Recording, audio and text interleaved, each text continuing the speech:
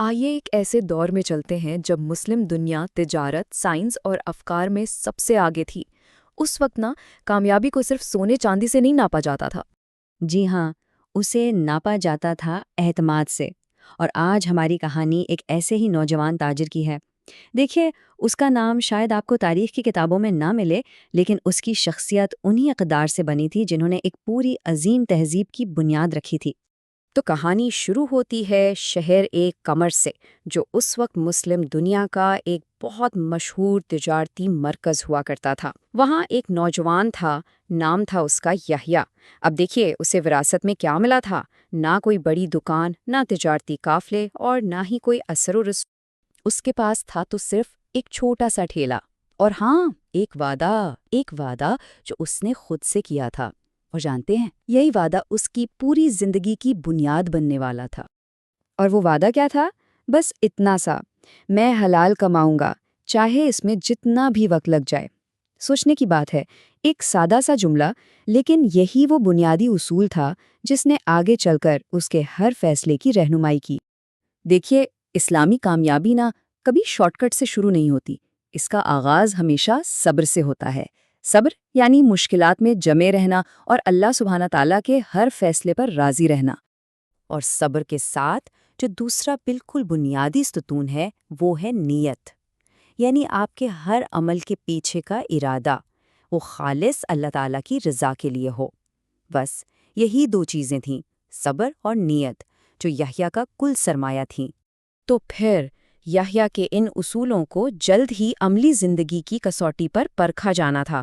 بالکل، اسے اپنے کردار کے پہلے اور بہت بڑے امتحان کا سامنا کرنا پڑا، ایک ایسا امتحان جو اس کی نیت اور صبر دونوں کو چیلنج کرنے والا تھا۔ تو ہوا یہ کہ یحییٰ کپڑے اور مسالے بیچا کرتا تھا۔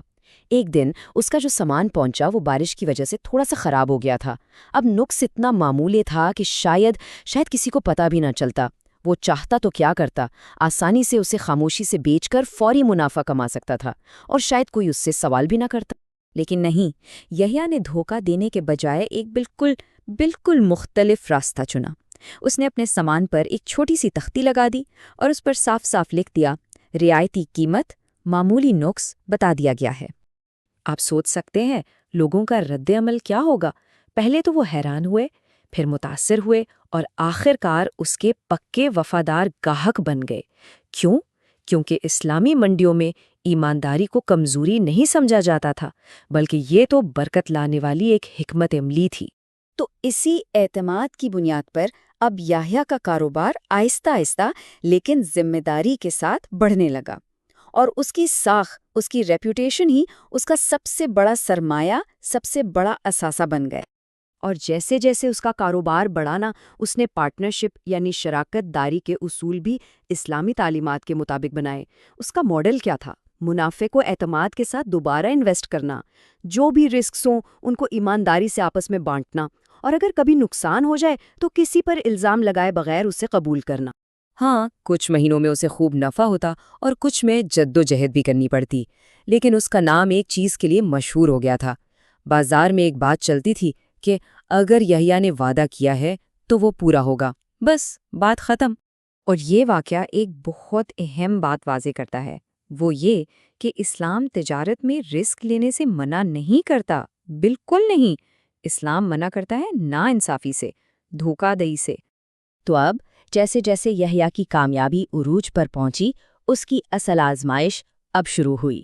سوال اب یہ نہیں تھا کہ وہ کامیاب کیسے ہوگا، سوال یہ تھا کہ وہ اپنی اس بڑھتی ہوئی دولت کو استعمال کیسے کرے گا۔ سال گزرتے گئے اور یحییٰ کا کاروبار اب کئی شہروں تک پھیل چکا تھا۔ اس کے قافلے دور دور تک اس کا سامان لے جاتے تھے، لیکن اتنا سب کچھ ہونے کے باوجود اس کا گھر بالکل سادہ رہا۔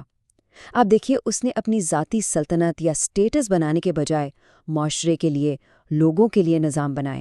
کیسے نظام؟ مثال کے طور پر اس نے نوجوان تاجروں کے لیے بلا سود قرضوں کا ایک سسٹم قائم کیا، اپنے تمام ورکرز کے لیے منصفانہ فیر اجرت کو یقینی بنایا، اور قحط سالی جیسے مشکل وقت کے لیے کمیونٹی کے لیے خوراک کا ذخیرہ فراہم کیا۔ اور یہ چیز اس بات کو کتنے شاندار طریقے سے واضح کرتی ہے کہ اسلامی قیادت میں دولت، دولت خود مقصد نہیں ہے، کوئی تخت نہیں ہے جس پر بیٹھا جائے، نہیں، بلکہ یہ لوگوں کی خدمت کرنے کا ایک ٹول ہے، ایک اوزار ہے۔ تو اب ہماری کہانی اپنے عروج پر پہنچتی ہے۔ ایک ایسا وقت آتا ہے جب ایک شدید قحط نے یحییٰ کے تمام اصولوں کو سب سے بڑے پیمانے پر آزمایا۔ ہوا یہ کہ 1 سال قریبی علاقے میں سخت قحط پڑ گیا، قیمتیں آسمان سے باتیں کرنے لگیں اور ذخیرہ اندوزی ہوڈنگ بالکل عام ہو گئے۔ لیکن یحییٰ نے کیا کیا؟ اس نے اس کے بالکل برعکس کیا، اپنے ذخیرہ شدہ غلے کو منصفانہ قیمتوں پر جاری کر دیا۔ جب لوگوں نے حیرانی سے پوچھا کہ وہ قمر کا امیر ترین تاجر بننے کا یہ سنہری موقع کیوں گنوا رہا ہے، تو اس نے جو جواب دیا وہ سننے والا ہے۔ اس نے کہا، اگر میری دولت لوگوں کو بھوکا مارے گی تو یہ میری روح کو بھوکا مار دے گی۔ اور یہی تو فرق ہے، اصل فرق دنیاوی منافع اور حلال عزائم کے درمیان۔ ایک ایسا مقصد ہے جو روح کو بھوکا رکھ سکتا ہے، جبکہ دوسرا وہ مقصد ہے جو پورے معاشرے کی پرورش کرتا ہے، اسے کھلاتا ہے۔ یحییٰ کو کبھی کوئی شاہی تاج نہیں پہنایا گیا، نہ ہی شاعروں نے اس کے لیے قصیدے لکھے، لیکن جانتے ہیں اس کی اصل میراث کیا تھی؟ دہائیوں بعد بھی لوگ کہتے تھے، اس بازار نے ہمیں کھلایا اور اس کاروبار نے ہمیں عزت بخشی۔ یہ تھی اس کی اصل لیگیسی۔ تو یہ کہانی ہم سب کو ایک بہت اہم سوال پر سوچنے پر مجبور کرتی ہے۔ سوال یہ ہے کہ اگر اللہ تعالیٰ کسی کو کامیابی عطا فرمائیں تو کیا وہ کامیابی صرف اس ایک شخص کی زندگی بدلنے کے لیے ہے، یا اس کے ارد گرد موجود لوگوں کی زندگیاں بدلنے کے لیے بھی؟ کیونکہ آخر میں بات سمجھنے کی یہ ہے کہ اسلامی انٹرپرینیورشپ یا تجارت صرف پاورفل بننے کے بارے میں نہیں ہے۔ نہیں، اس کا حقیقی مقصد ہے نفع بخش بننا، یعنی دوسروں کے لیے فائدہ مند بننا۔